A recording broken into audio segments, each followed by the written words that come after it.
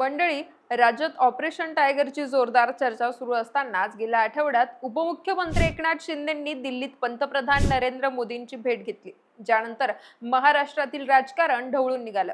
शिवसेना उभाटा पक्षाचे 9 पैकी 6 खासदार पक्षांतर करणार अशा चर्चांना उधाण आलं. त्यावर उद्धव ठाकरेंनी देखील खबरदारी म्हणून आपल्या खासदारांना मातोश्रीवर बोलावून घेत त्यांची समजूत काढल्याच्या बातम्या समोर आल्या.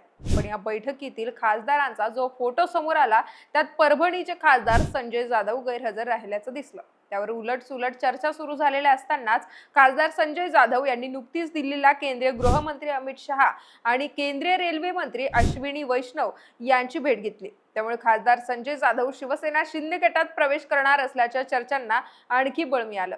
तर दुसरीकडे ठाकरे गटाचे हिंगोलीचे खासदार नागेश पाटील आष्टीकर आणि यवतमाळ वाशिमचे खासदार संजय देशमुख यांचाही एक फोटो नुकताच व्हायरल झालाय, ज्यात ते शिंदे गटाचे केंद्रीय मंत्री प्रतापराव जाधव यांनी आयोजित केलेल्या स्नेहभोजनाला उपस्थित राहिल्याचं दिसतंय.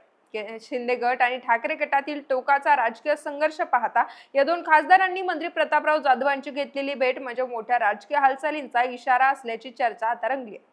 थोडक्यात काय, तर ऑपरेशन टायगरच्या जाळ्यात ठाकरे गटाचे हे 3 खासदार अडकणार असल्याचं बोललं जात आहे. त्याच पार्श्वभूमीवर काही महत्त्वाच्या गोष्टी आपण या व्हिडिओतून जाणून घेणार आहोत. मंडळी, परभणीतील ठाकरेंचे खासदार संजय जाधव यांच्या मनात नेमकं चाललंय काय, असा प्रश्न का निर्माण झालाय ते आधी पाहूया. तर महाराष्ट्रात ऑपरेशन टायगरच्या चर्चांनी जोर धरलेला असताना 22 मार्चला उद्धव ठाकरेंनी मुंबईतील मातोश्री निवासस्थानी त्यांच्या खासदारांची बैठक बोलावली. या महत्त्वाच्या बैठकीला आमदार आदित्य ठाकरे, उपनेत्या प्रियंका चतुर्वेदी यांच्यासह पक्षाचे 8 खासदार उपस्थित होते.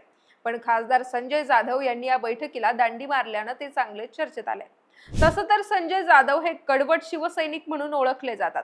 परभणी विधानसभा मतदारसंघातून 2 वेळा आमदार व लोकसभेत खासदार म्हणून त्यांची ही 3री टर्म आहे. कुठल्याही आणीबाणीच्या प्रसंगात वेळ प्रसंगी रस्त्यावर उतरून ते शिवसेनेचा आवाज बनलेले आहेत. शिवसेना पक्षात फूट पडल्यानंतरही त्यांनी ठाकरेंचीच साथ दिली. शिवाय एकनाथ शिंदेंवर ते अनेक वेळा कडाडून टीकाही करतात.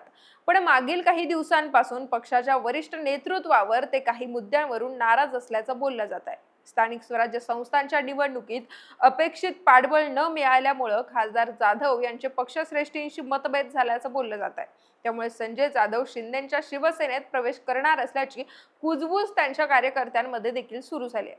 त्यांनी पुढील निर्णयासंदर्भात कार्यकर्त्यांची मतं जाणून घेतल्याच्याही बातम्या माध्यमांमध्ये आल्या. दरम्यान ऑपरेशन टायगर विषयी खासदार जाधव यांना प्रश्न विचारल्यानंतर त्यांनी ऑपरेशन टायगर फेल असल्याचं सांगितलंय. पण तरीही त्यांच्या पक्षांतराच्या चर्चा काही थांबायला तयार नाहीयेत. कारण आधी ठाकरेंच्या बैठकीला मारलेली दांडी आणि आता खासदार जाधव यांनी थेट केंद्रीय गृहमंत्री अमित शहा आणि केंद्रीय रेल्वे मंत्री अश्विनी वैष्णव यांची भेट घेतली आहे. सोशल मीडियावर या भेटींचे फोटो व्हायरल होत असून खासदार जाधव यांच्या मनात नेमकं काय चाललंय याबद्दल त्यांच्या कार्यकर्त्यांमध्ये देखील संभ्रम निर्माण होतोय. खासदार संजय जाधव यांनी मात्र आपण दोन्ही केंद्रीय मंत्र्यांची फक्त कामानिमित्त भेट घेतल्याचं सांगण्यात येत आहे. अमित शहा यांच्या भेटीच्या संदर्भात खासदार जाधव यांनी सोशल मीडियावर पोस्ट करून सांगितलंय की केंद्रीय गृहमंत्री अमित शहाजी यांची भेट घेऊन जनगणना 2027 मध्ये भटके विमुक्त समाज आणि आदिवासी समाज यांच्यासाठी स्वतंत्र कॉलम ठेवण्यात यावा, जेणेकरून योग्य नोंद होईल व त्यांना न्याय मिळू शकेल, अशी मागणी त्यांनी शहा यांच्याकडे केली आहे. तर केंद्रीय रेल्वे मंत्री अश्विनी वैष्णव यांची भेट घेतल्यानंतरही त्यांनी समाज माध्यमावर पोस्ट करत माहिती दिली आहे की त्यांच्या लोकसभा क्षेत्रातील तसेच मराठवाड्यातील सर्व दैनंदिन रेल्वे प्रवासी नागरिकांच्या दीर्घकाळाच्या समस्या लक्षात घेऊन रेल्वे सुविधा आणि रेल्वे विकास या संबंधित 13 महत्त्वाच्या मागण्या केल्यात. मंडळी, खासदार जाधव यांनी घेतलेल्या भेटी संदर्भात अशी माहिती देत असले तरी प्रत्यक्षात ते ऑपरेशन टायगरचा हिस्सा होणार असून मंत्रिमंडळात फिल्डिंग लावण्यासाठी त्यांच्या या भेटीगाठी सुरू असल्याचे आरोप त्यांच्यावर केले जात आहेत. तर दुसरीकडे ठाकरे गटाचे नागेश पाटील आष्टीकर, संजय देशमुख या 2 खासदारांनी शिंदे गटाचे केंद्रीय मंत्री प्रतापराव जाधव यांची भेट घेतली. मंत्री जाधव यांनी आयोजित केलेल्या स्नेहभोजनाला आष्टीकर आणि देशमुखांनी उपस्थिती लावली. या संदर्भातील त्यांचा फोटोही व्हायरल झाला. त्यामुळे 2 दिवसांपूर्वी झालेल्या या डिनर डिप्लोमसीची जोरदार चर्चा आता राजकीय वर्तुळात रंगली आहे. दरम्यान खासदार आष्टीकर यांनी मात्र या सर्व चर्चा निरर्थक असल्याचं म्हटलंय. माध्यमांशी संवाद साधताना ते म्हणाले की हा केवळ प्रतापराव जाधव यांच्या अॅनिव्हर्सरीचा कार्यक्रम होता. त्यांनी आम्हाला सभागृहात विनंती करत निमंत्रण दिलं होतं, त्यामुळे आम्ही फक्त 5-10 मिनिटांसाठी घरी जाऊन त्यांना शुभेच्छा दिल्या. यामागे कोणतीही राजकीय चर्चा नव्हती. तसंच एका सभागृहात काम करत असल्यानं सुखदुःखात भेटणं स्वाभाविक आहे. ऑपरेशन टायगर मध्ये कुठलीही सत्यता नसून आम्ही मातोश्रीशी एकनिष्ठ आहोत आणि राहणार असल्याचं खासदार आष्टीकर यांनी सांगितलंय. तर ठाकरेंच्या कार्यकर्ते म्हणतायत की ऑपरेशन टायगर वगैरे नावाचा फुगा दर 2 महिन्यांनी फुगतो आणि फुटतो, यात काही दम नाहीये. पण शिंदेचे मंत्री आमदार मात्र यावर ठाम आहेत आणि त्यामागे कारण असं सांगितलं जात आहे की उपमुख्यमंत्री एकनाथ शिंदेंना केंद्रात त्यांच्या पक्षाची ताकद वाढवायची आहे, म्हणजेच बार्गेनिंग पॉवर मोठ्या प्रमाणात वाढवायची.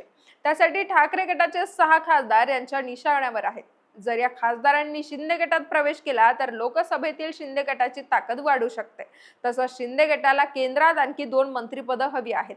त्यासाठी त्यांनी ऑपरेशन टायगर आखल्याची चर्चा आहे. महाराष्ट्रात देखील ठाकरे सेनेचे काही आमदार फोडून तोच पॅटर्न राबवण्याचा शिंदेचा उद्देश असल्याचं बोललं जात आहे.